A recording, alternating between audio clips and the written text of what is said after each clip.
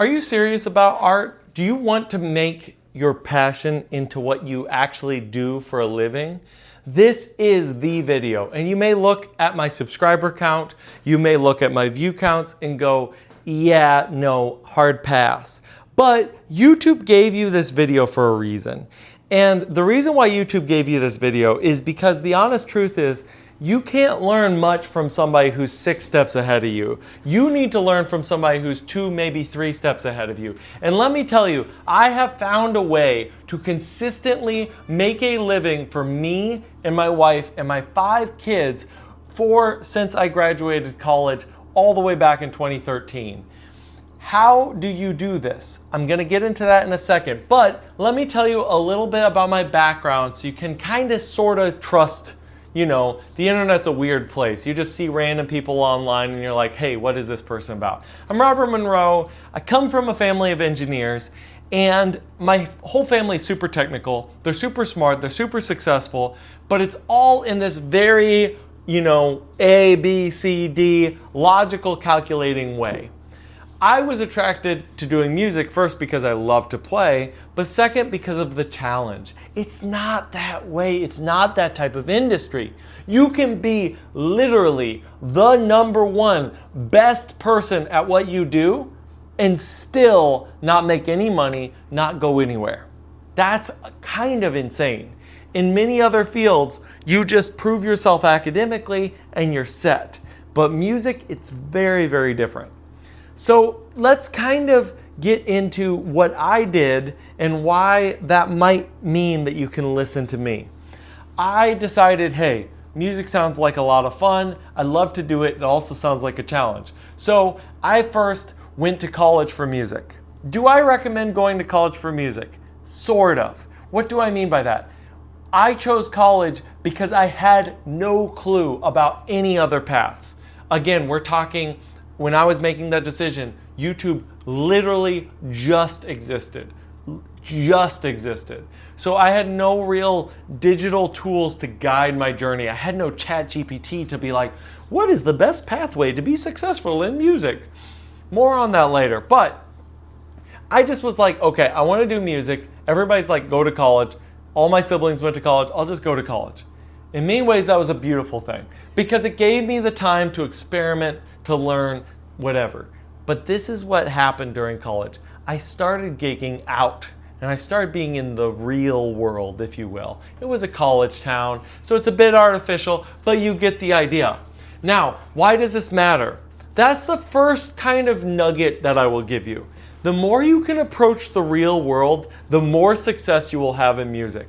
The first thing that I will say, and I'm thinking my audience is gonna be mostly hobbyists, right? You've been playing music for a while, but you haven't really found that way to make money, right? You wanna make a living. You don't just always wanna be playing in the garage doing original tunes or singing Oasis over and over again. You wanna actually make money on it. You have to get into the real world and you have to understand the economics of music.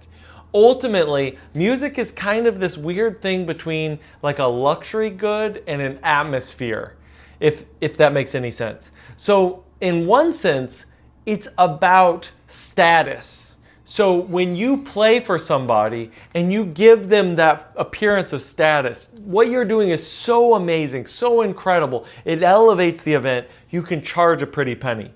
But in another way, when you're playing at a restaurant, it's atmosphere, right? It's making people want to stay. It's creating that community. And once you create that community, then people want to stick around and order another entree. They'll want to order another beer. And before you know it, you're making the restaurant more money. Guess what that turns into? Them asking you back.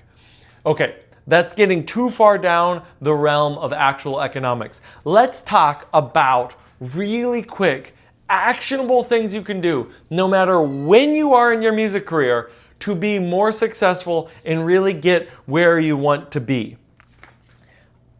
This is what I will tell you. And it kind of goes with my actual real world thing.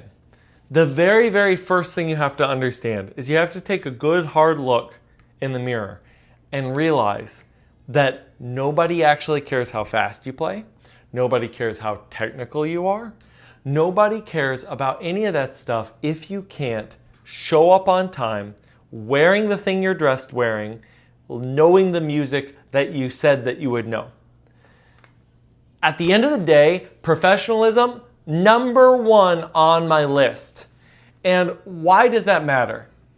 It's because if they can't rely on you, it does not matter how good you are. At the end of the day, we're providing a service. If you had a waiter and the waiter was incredible, they could carry 30 plates in each hand, they were the most smoothest talker, they got the biggest tips, they drove the most business, people loved them, but you told them, hey, we start service at 4 p.m., I need you here at 3:30, and they didn't show up, you would fire that waiter, maybe after a conversation, but then you would fire them.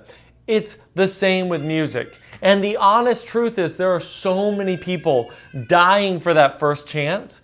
It's like this mill that's just gristling through all of these newcomers. Now, is it fair? Are you better than everybody else? Probably, but does it matter? No, if you don't show up, it's over, it's toast. So professionalism is number one. The second, which I kind of tied into, is knowing the material. Why am I grouping this slightly different than professionalism? It's because you can show up on time, you can be wearing the right thing, but sometimes people still kind of guide on the edges of what they think knowing the material is. I have played gigs where, no joke, they say, here's 100 songs, learn all 100 songs. And then the day before they change 20 of them. Is that insane? It is insane. But do you want to develop a reputation that says, oh, Robert can play anything?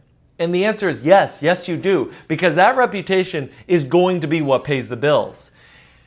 How do you get that reputation? Well, what you do is you go the extra mile. Now, is this a stupid going the extra mile? No, do not sit learning every single note of 100 songs. But it's being smart, realizing, okay, there's the special songs, then there's the songs that have piano leads, or maybe you play guitar. Then it's the songs that have guitar leads. Learn those really well, and then have a little chart, take some notes on everything else. Have some effects programmed ahead of time to know, and then maybe you're going into a rehearsal session, have half of them learned, or 30 of them learned, or ask, hey, what are we covering in the rehearsal? Be smart with it, but also be prepared.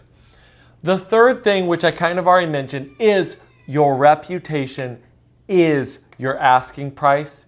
It's your lead generation. Boom, boom, boom, all of these things.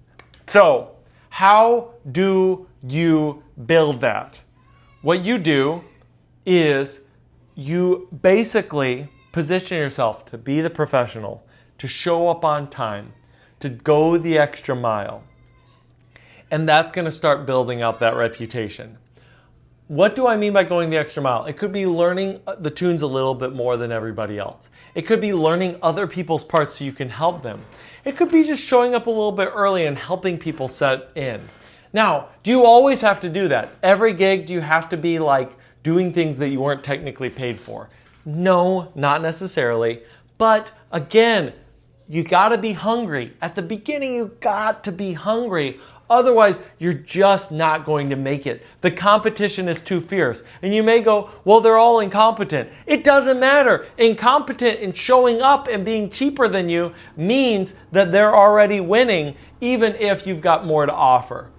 I hope you enjoyed this. I'm going to try to be giving more of these really straightforward talks because I think this stuff is super important, and I think that in many ways I get too intellectual with this. So if you enjoyed this, please like and subscribe, and I will catch you next time. Peace out.